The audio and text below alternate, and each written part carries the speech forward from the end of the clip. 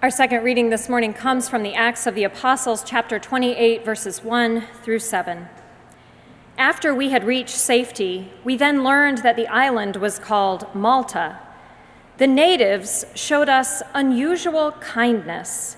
Since it had begun to rain and was cold, they kindled a fire and welcomed all of us round it.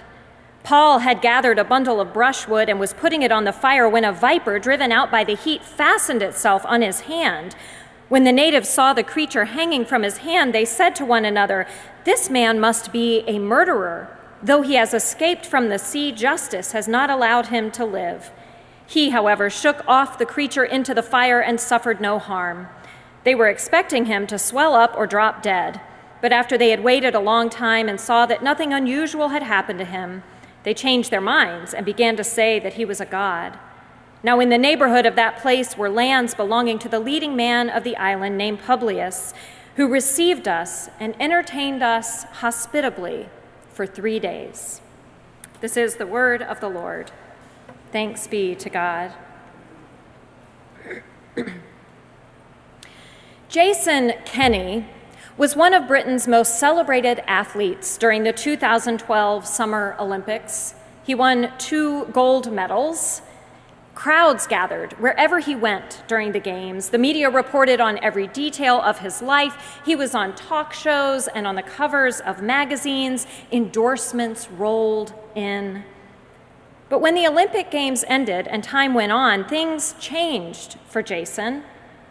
He found he didn't want to get out of bed in the morning. He had no desire to train. His life began to feel purposeless. It turns out this sort of thing happens often to elite athletes. Psychologists even have a name for it: post-Olympic depression. Many of us this week might have gotten just a little taste of that feeling, say maybe around Thursday or Friday morning, when all that was left of the Cavaliers' victory parade was a lot of soggy confetti and garbage on the streets of downtown, when your new championship t-shirt was in the wash to be worn again another day, when you'd watched the game, or at least the last 5 minutes, a few dozen times, when you'd read all the commentary there was to read and news outlets had moved on to other much less uplifting stories. Our government's meltdown over gun control, rhetoric from both sides of the campaign trail, Brexit and the financial fallout, floods in West Virginia. As I thought this week about Paul's list of the fruit of the Spirit and the particular role of kindness in that list, it all began to seem a little absurd. After all, although there were countless examples of the kindness of strangers in Cleveland this week, as people came together to celebrate the Cavs' victory, the reality is we made note of them because they were unusual. On the whole, in our daily lives and in the world, kindness seems like a lost art. Kindness is a word for most of us that probably sounds like it belongs more in a kindergarten classroom or on a list of good manners than in a sermon. We learned at a young age that no matter how difficult it sometimes is, we are supposed to be kind to others. But when he lists the fruits of the Spirit, Paul isn't talking about manners. He's talking about the movement of God's Spirit within us. And that means that the kindness he's talking about is on a whole different level. In chapter 11 of the prophet Hosea, the passage that Jennifer read, nestled among the furious diatribes detailing the shortcomings of God's people, we get an incredible glimpse into God's very heart, a glimpse that reveals the nature of God's irrational, unconditional, loving kindness toward us. The mistakes of God's people are well documented by the prophet: swearing, lying, murder, stealing, adultery. But worst of all, the people exhibit no faithfulness, no loyalty. In spite of all that God has done for them, they keep turning away to follow after other gods. Yet in the face of the people's disobedience and lack of gratitude, God's love prevails. I taught them to walk, God says. I took them up in my arms. I was to them like those who lift infants to their cheeks. I bent down to them and fed them. I will not execute my fierce anger. I will not come in wrath. This is not just a glimpse of God, the God of grace and forgiveness, or of God, the Creator. This is God, the loving parent, who sets aside God's own needs and legitimate frustrations with God's children and instead chooses to give those children not just guidance and nourishment, but unexpected, unearned tenderness. As a pastor, I've had many people say to me, I just don't know what to do with the God of the Old Testament. In that part of the Bible, God just seems so violent, so punitive. I completely understand why we might think that. There are terrible, disturbing, confusing texts in the Bible, in the Old and New Testaments, actually. But in the Old Testament, there are also many texts we overlook. Texts that reveal our God as a God of unconditional love and forgiveness from the very beginning of creation. This passage from Hosea reminds us that when God takes all the sin of humanity and transforms it on the cross, this is not a new development. This is who God has been all along, a God who chooses love and grace instead of anger and punishment. The Cavaliers player J.R. Smith has had a rough go of it. While playing for 5 different professional teams in 12 years, including one in China, he has struggled both on and off the court. He's been responsible for several car accidents, including one in which a friend was killed. He's been suspended from playing basketball for his behavior on the court, and he's spent time in jail for his behavior off the court. When J.R. was asked after Sunday's game about the role his father has played in his life and what it meant to share this moment with him on Father's Day, he said this: "My parents, my family, are the biggest inspiration in my life. I've been in a lot of dark spots, and if it wasn't for them, I wouldn't be able to get out of them. They fought with me, they yelled at me, they screamed at me, loved me, hugged me, cried with me. They always stuck by my side. To hear people talk bad about me hurts me because I know it hurts them. Everything I do is for my family. The cars are nice, the houses are nice, but none of this matters without them. If it wasn't for them, I wouldn't be here. I don't know where I would be." The prophet Hosea shows us the depth of love in God's heart, love strong enough to take the worst we can bring to God, love resilient enough to fight with us, yell at us, demand more from us, and when our shortcomings are out there for all the world to see, love that chooses to forego punishment and offer forgiveness instead. After J.R. spoke, LeBron James eventually took the podium, and at one point, a reporter asked him about Smith. He said, "I understand what J.R.'s been through, people saying there's no way he can be a winner. When our general manager came to us last year and said, we got a deal to get Timothy Mozgov and Iman Shumpert, and the Knicks are going to throw in J.R." And I was like, what? They're going to throw in J.R.? I was like, okay, I got him.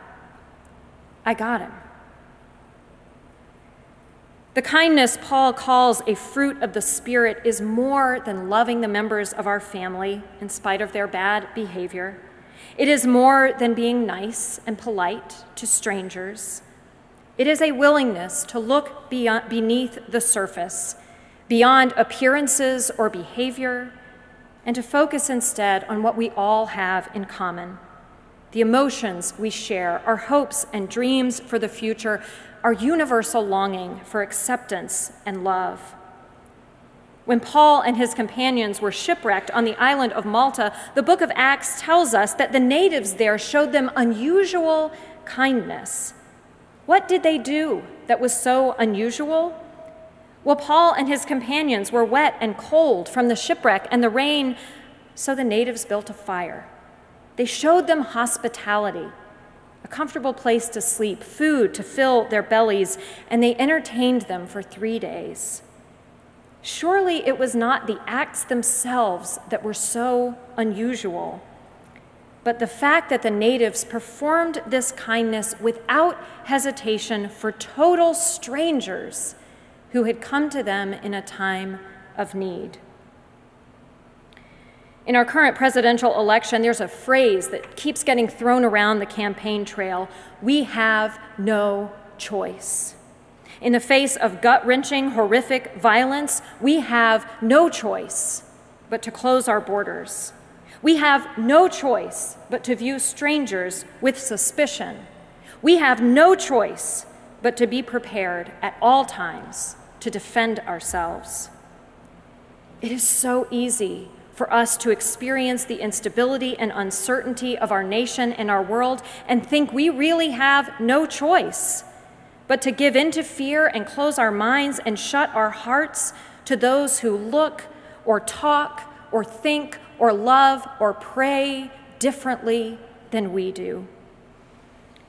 But as I have sat with these attributes that Paul calls the fruit of the Spirit, what screams out to me is that every single one of them calls us to make a choice. Love, peace, joy, patience, kindness, generosity, faithfulness, gentleness, self-control. None of these things are simply handed to us. But when we ground ourselves in God's love, when we open ourselves to the presence of God's Spirit, we discover these attributes are always available. We always have a choice. Near the end of his life, Jesus tells his followers a parable about what happens when we choose kindness. In this parable, he divides people into two groups. On one group, he lavishes praise and blessings, for he says, I was hungry and you gave me food. I was thirsty and you gave me something to drink. I was a stranger and you welcomed me. I was naked and you gave me clothing. I was sick and you took care of me. I was in prison and you visited me. The people in this group are flabbergasted. We did this for you? When? They ask. And Jesus says, just as you did it to the least of these who is a member of my family, you did it to me. We always have a choice.